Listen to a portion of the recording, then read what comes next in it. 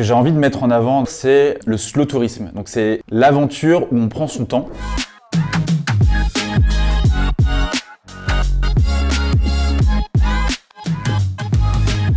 Salut, donc moi c'est Mathis, alias Tortuga, sur les réseaux sociaux. J'ai la chance de pouvoir dire que je suis réalisateur de films d'aventure et aventurier.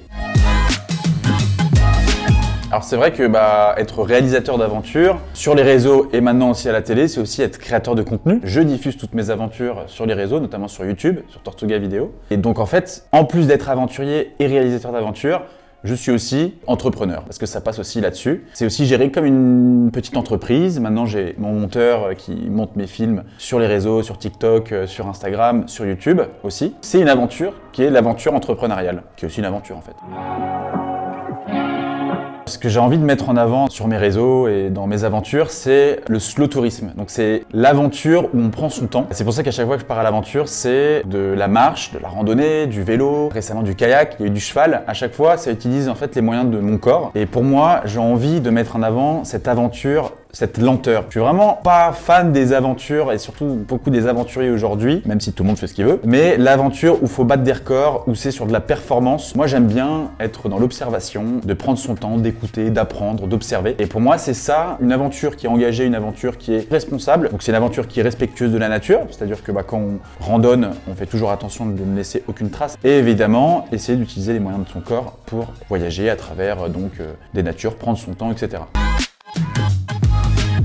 Cette année, je vais traverser avec deux autres aventuriers un lac gelé, qui est le lac d'Inari, un des plus grands lacs de Finlande. On est parti avec une grosse tente qui était comme un tipi, avec une ouverture pour pouvoir mettre un réchaud à bois. Donc c'est un peu compliqué la vie, il faisait moins de 30 degrés à l'extérieur. Et la première nuit, en fait, quand on quittait Inari, qui était notre ville de départ, on était encore sur des terrains privés. Il fallait demander l'autorisation, donc on allait toquer à la porte des gens, dans le froid, en pleine nuit, pour demander si on pouvait bivouaquer dans leur jardin. Donc on s'est essuyé plein de refus, jusqu'à ce qu'un vieux papy nous dise « Ok, plantez votre tente ». Le problème, c'est que son fils est arrivé quelques instants plus tard, et j'étais seul avec lui, il me regarde et il me dit « Écoute, le vieux là qui vous a autorisé de planter votre tente, c'est mon père.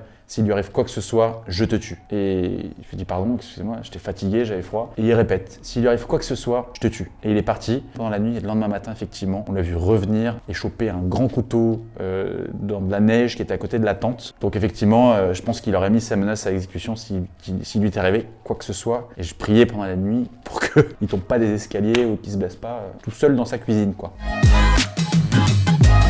On doit partir à l'aventure engagée parce qu'on a aussi dans ce côté d'aventure, on part avec certaines valeurs qu'on veut justement partager. Moi, c'est vraiment de mettre en avant ce côté d'aventure qui est le slow travel. Donc prendre son temps plutôt que de subir forcément et prendre le temps de se reconnecter avec le monde qui nous entoure, mais avec aussi soi-même. Et de toute façon, partir à l'aventure, partir en voyage, partir randonner, c'est se reconnecter donc avec la nature. Il y a d'ailleurs un proverbe qui le dit très bien, une citation qui dit « Pour bien protéger quelque chose, il faut d'abord apprendre à la connaître ». Et quoi de mieux que d'apprendre à connaître la nature qu'en allant la traverser à pied, à vélo, et qu'en prenant son temps à la découvrir, à l'observer, à l'écouter. Et donc on se rapproche de la nature, et si on veut protéger cette nature, il faut d'abord la connaître et donc être en contact avec elle.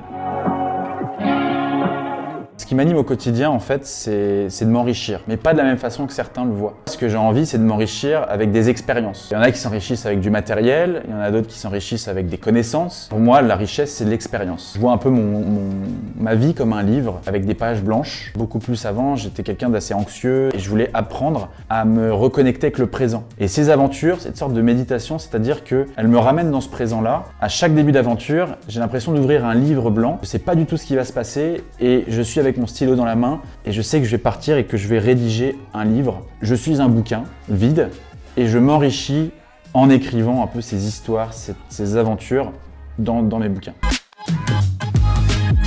Un aventurier et un entrepreneur, c'est quand même très similaire parce que les deux, en fait, se lancent dans des projets et généralement avec beaucoup d'obstacles sur le chemin quand même et d'aller tenter quelque chose, une idée. Comme moi, je vais développer un projet d'aventure. Dans mon idée, ça va faire « Ah, et si je traversais l'Islande à pied sans aucune expérience ?» Et sur le papier, c'est facile à écrire, mais pour le réaliser, c'est toute une logistique. Entreprendre, pour moi, c'est un peu la même chose. C'est de partir d'une idée et de sortir de sa zone de confort pour aller réaliser cette idée en s'entourant avec les bonnes personnes, en trouvant ce dont on a besoin, donc les richesses dont on a besoin pour créer, pour entreprendre. Donc c'est ça en fait, c'est très similaire en fait avec l'aventurier, j'ai l'impression.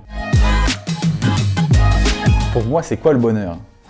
Alors le bonheur, loin de moi de m'autoproclamer philosophe ou autre, le bonheur en fait, c'est quand même quelque chose de très vague. Hein. On n'est pas heureux ou malheureux, on a besoin des deux. Moi ce que j'ai appris, c'est que tout est une question d'équilibre. Et pour moi le bonheur, c'est quand on atteint un peu cet équilibre. C'est un équilibre de tout, l'amitié, les amours, la famille. Et ne pas aller dans les extrêmes. Et c'est ce que je retrouve, par exemple, je vais aller randonner à travers les Alpes, en solitaire, eh bien je retrouve vraiment des besoins simples, des plaisirs simples, des problèmes simples aussi. On revient un peu dans cet équilibre.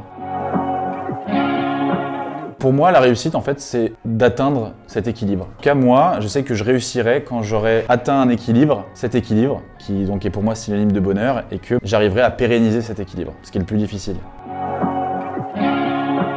Abonnez-vous. Quelque chose que j'ai pas mal appris et que j'ai pas mal subi dans ce métier. Beaucoup ont peur du regard des autres et aussi écoutent beaucoup les autres. Et en fait, on m'a toujours dit quoi faire et ce que je pouvais pas faire. Et en fait, de plus en plus, j'apprends à m'écouter moi-même.